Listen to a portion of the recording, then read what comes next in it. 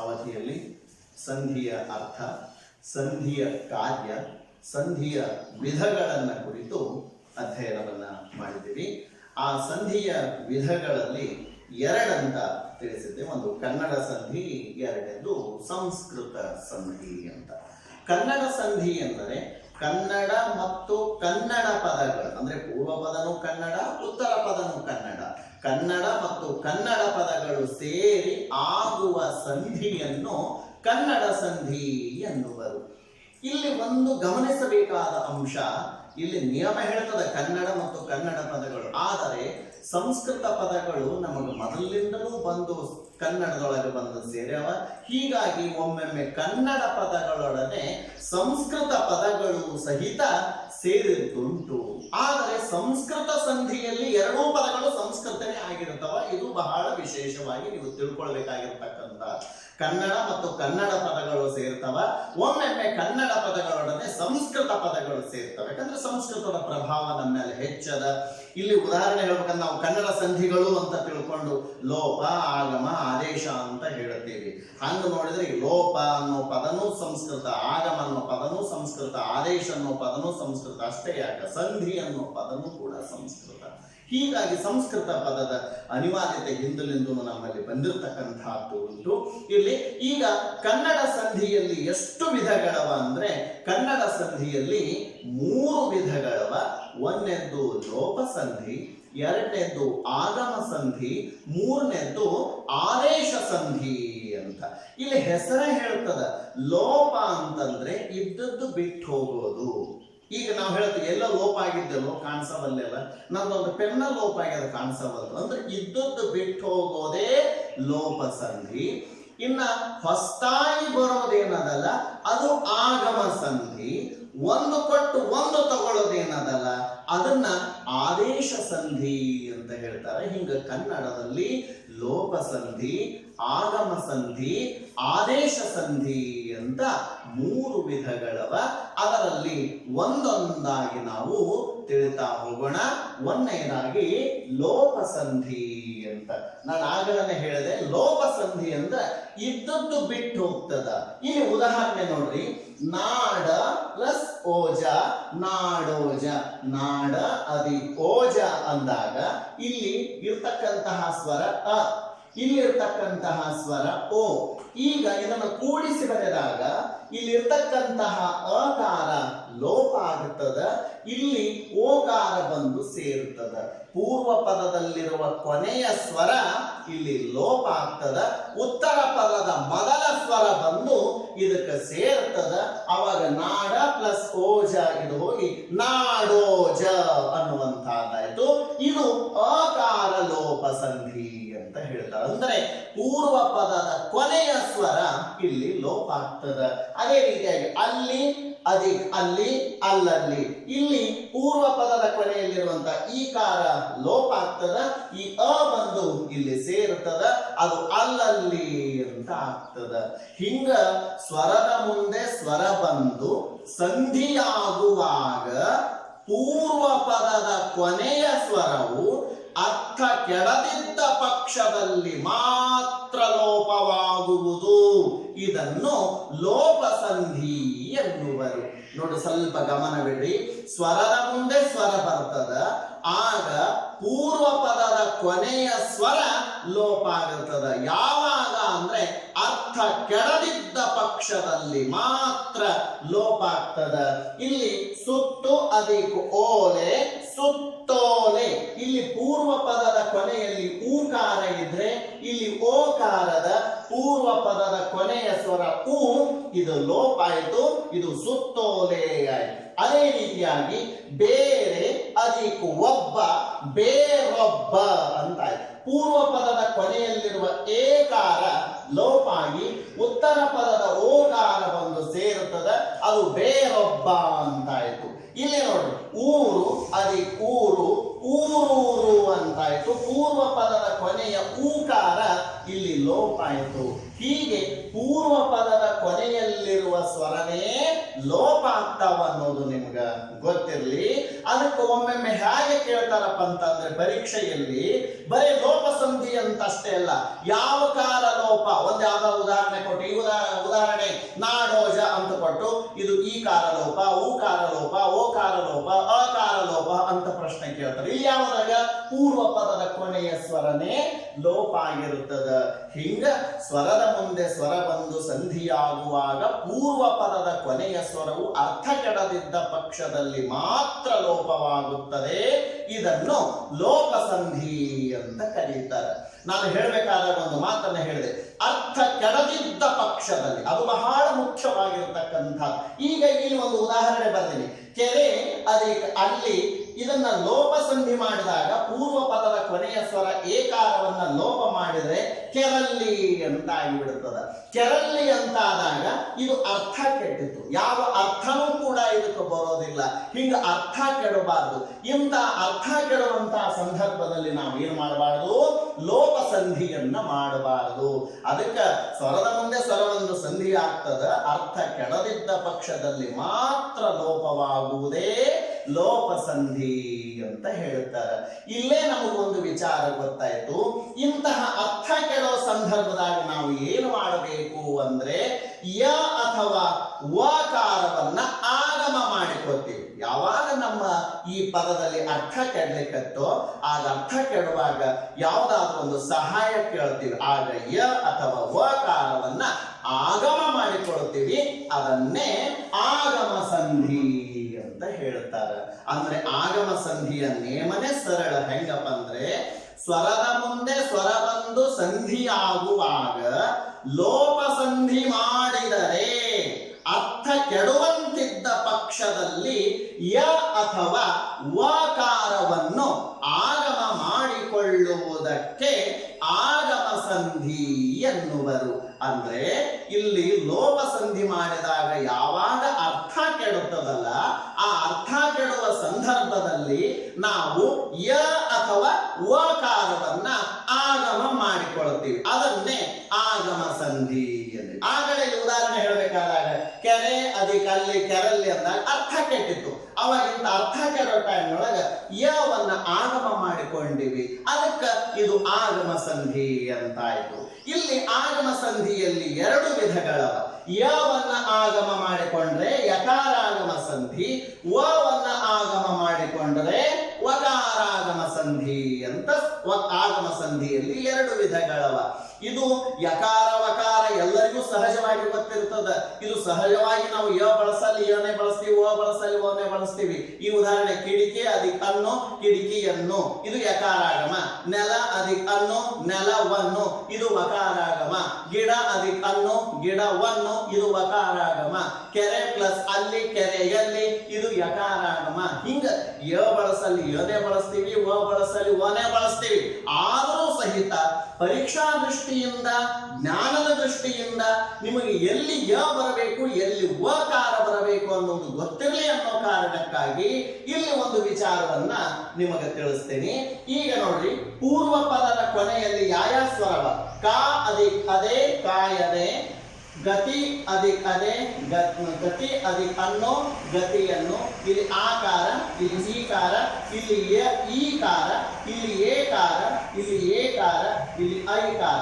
ಈಗ ಪೂರ್ವ ಪದದ ಕೊನೆಯಲ್ಲಿ ಆ ಈ ಎ ಐಕಾರಗಳು ಇದ್ರೆ ಇದನ್ನು ಇಲ್ಲಿ ಪೂರ್ವ ಪದದ ಕೊನೆಯಲ್ಲಿ ಈ ಸ್ವರಗಳಿದ್ದು ಮುಂದೆ ಯಾವುದೇ ಸ್ವರಗಳು ಪರವಾದರೆ ಅವುಗಳ ಸ್ಥಾನದಲ್ಲಿ ಯಕಾರವನ್ನು ಆಗಮ ಮಾಡಿಕೊಂಡರೆ ಅದನ್ನು ಯಕಾರಾಗಮ ಸಂಧಿ ಅಂತ ಹೇಳ್ತಾರೆ. ಅಂದರೆ ಸಂಧಿಯಾಗುವಾಗ ಪೂರ್ವ ಪದದ ಕೊನೆಯಲ್ಲಿ ಆ ಈ ಎ ಐಕಾರಗಳಿಗೆ ಯಾವುದೇ ಸ್ವರಗಳು ಪರವಾದರೂ ಅವುಗಳ ಸ್ಥಾನದಲ್ಲಿ ಯಕಾರವನ್ನು ಆಗಮ ಮಾಡಿಕೊಳ್ಳುವುದಕ್ಕೆ ಯಕಾರಾಗಮ ಸಂಧಿ ಅಂತ ಕರೀತಾರೆ. ಅಂದ್ರೆ ಯಕಾರಾಗಮ ಸಂಧಿ ಆಗಬೇಕಾದ್ರೆ ಇಲ್ಲಿ ಆ ಈ ಐ ಸ್ವರಗಳು ಬರಬೇಕು, ಇದು ಯಕಾರಾಗಮ ಸಂಧಿ ಆಗ್ತದ. ಇನ್ನು ವಕಾರಾಗಮ ಸಂಧಿಯನ್ನ ನೋಡ್ರಿ. ಧ್ವಜ ಅದಿಕ್ ಅನ್ನೋ ಧ್ವಜವನ್ನು, ಇಲ್ಲಿ ಅಕಾರದ. ಮಗು ಅದಿಕ್ ಅನ್ನೋ ಮಗುವನ್ನು, ಇಲ್ಲಿ ಊಕಾರದ. ಹೂ ಅದಿಕ್ ಇಂದ ಹೂವಿಂದ, ಇಲ್ಲಿ ಊಕಾರದ. ಮಾತೃ ಅದಿಕ್ ಅನ್ನೋ ಮಾತೃವನ್ನು, ಇಲ್ಲಿ ರೂಕಾರದ. ಗೋ ಅದಿಕ್ ಅನ್ನೋ ಗೋವನ್ನು, ಇಲ್ಲಿ ಓಕಾರದ. ಬೌ ಅದಿಕ್ ಎಂದಿತು ಬೌ ಎಂದಿತು, ಇಲ್ಲಿ ಔಕಾರದ.